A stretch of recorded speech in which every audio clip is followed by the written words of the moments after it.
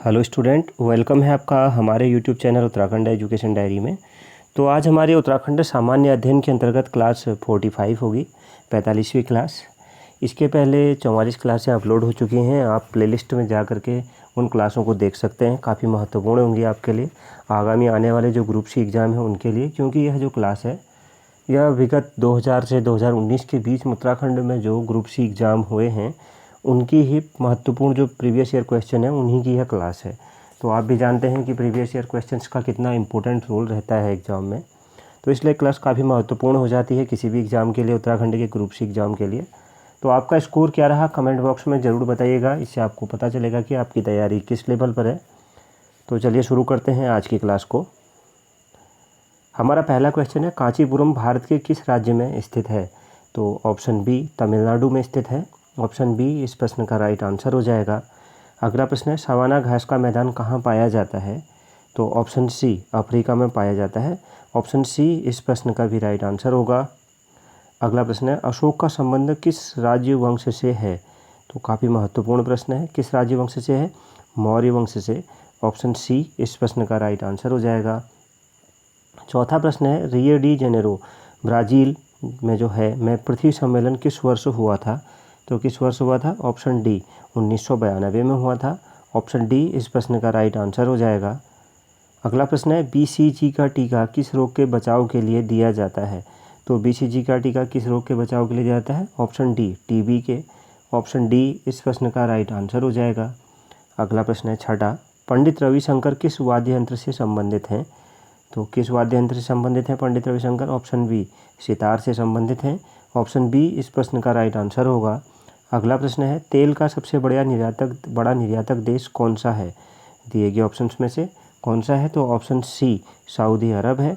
Option C इस प्रश्न का राइट आंसर हो जाएगा। अगला प्रश्न है, पास्कल किसका मात्रक है? Question number 8। तो ऑप्शन बी पास्कल दाब का मात्रक है। ऑप्शन बी इस प्रश्न का राइट आंसर होगा। अगला प्रश्न है, भारत के चौथे राष्ट्रपति कौन थे? तो भारत के चौथे राष्ट्रपति कौन थे? इस प्रश्न का राइट आंसर क्या हो जाएगा? Option A VV Giri. Option A इस प्रश्न का राइट आंसर हो जाएगा, वीवी गिरी जी। अगला प्रश्न है 10वां, विश्व दूर संचार दिवस मनाई जाती है कब? तो ऑप्शन डी 17 मई को मनाई जाती है। अगला प्रश्न देखते हैं। अगला प्रश्न है 11वां प्रश्न, राज्य हड़प नीति किससे संबंधित है? तो किससे संबंधित है? ऑप्शन बी लॉर्ड डलहौजी से संबंधित है। ऑप्शन बी इस प्रश्न का राइट आंसर हो जाएगा। अगला है, निम्नलिखित में शिक्षा एवं संस्कृति के लिए कार्य करने वाली संस्था कौन सी है? शिक्षा एवं संस्कृति के लिए कार्य करने वाली संस्था, ऑप्शन सी यह है कौन? UNESCO। तो यूनेस्को। ऑप्शन सी इस प्रश्न का राइट आंसर हो जाएगा। अगला प्रश्न है, गांधी जी ने अहमदाबाद के निकट साबरमती आश्रम की स्थापना कब की थी? तो कब की थी गांधी जी ने इस आश्रम की स्थापना? तो ऑप्शन डी 1916 में स्थापना की थी। अगला प्रश्न है, विश्व की सबसे लंबी नहर कौन सी है? 14वां प्रश्न है, विश्व की सबसे लंबी नहर कौन सी है? तो इसका राइट आंसर क्या हो जाएगा? ऑप्शन बी सुएज नहर। ऑप्शन बी इस प्रश्न का राइट आंसर हो जाएगा। अगला प्रश्न है, डीपीटी का टीका किस रोग से बचाव के लिए दिया जाता है? तो इसका जो राइट आंसर क्या हो जाएगा? डीपीटी का टीका किस रोग से बचाव के लिए दिया जाता है? तो इसका राइट आंसर हो जाएगा क्या? ऑप्शन सी ए व बी दोनों। तो कौन कौन से वो दो रोग हैं, हम इन दोनों को देख लेते हैं, डिप्थीरिया और टिटनेस। इन दोनों रोगों से बचाव के लिए डीपीटी का टीका दिया जाता है, ये दोनों ही रोगों के लिए।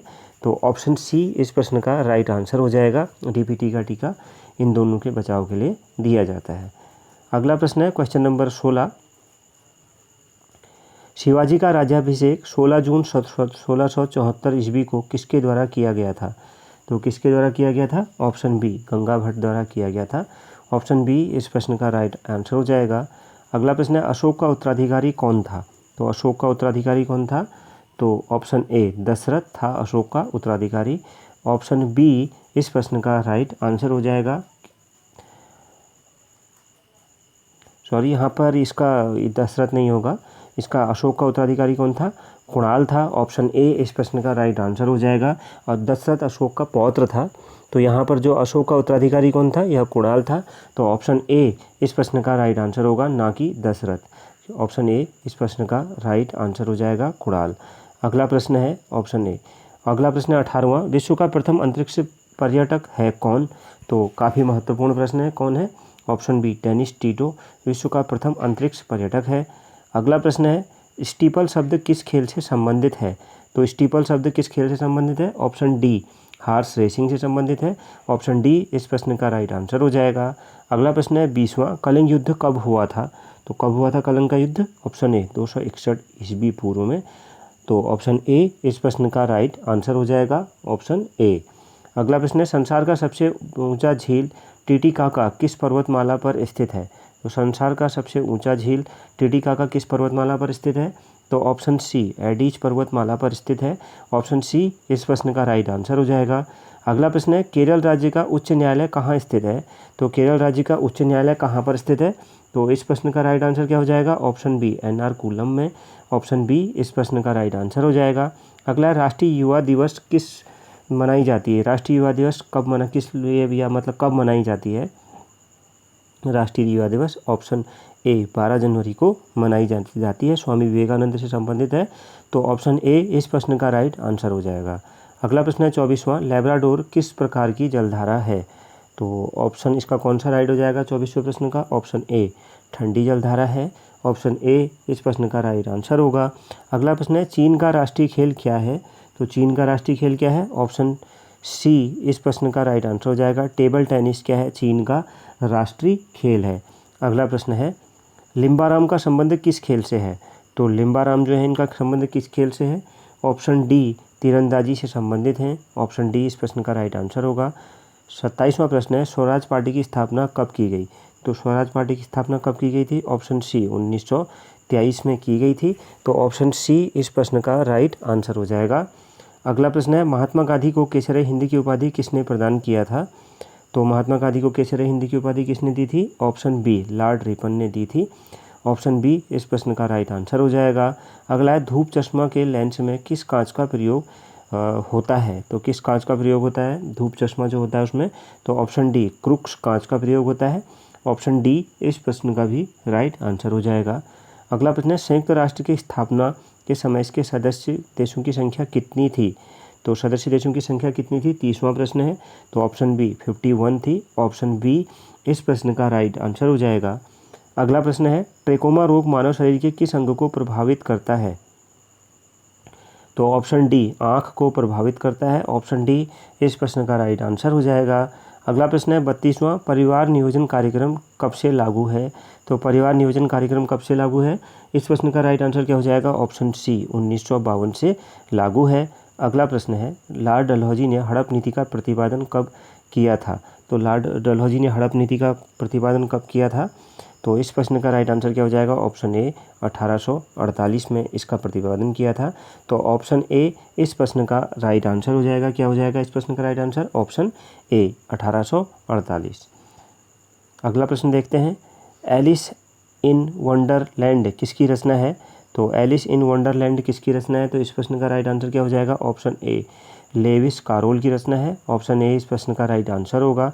अगला प्रश्न है पटना स्थित गोलघर का निर्माण किस वर्ष हुआ?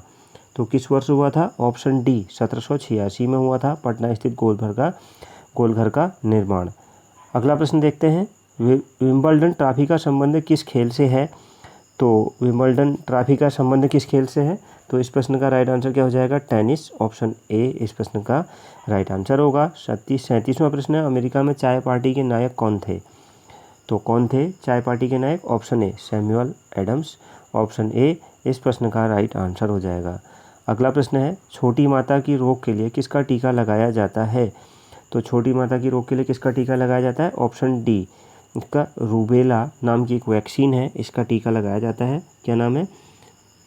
रूबेला वैक्सीन का। ऑप्शन डी इस प्रश्न का राइट आंसर हो जाएगा। अगला है फ्लेंट कांच का प्रयोग किस में किया जाता है?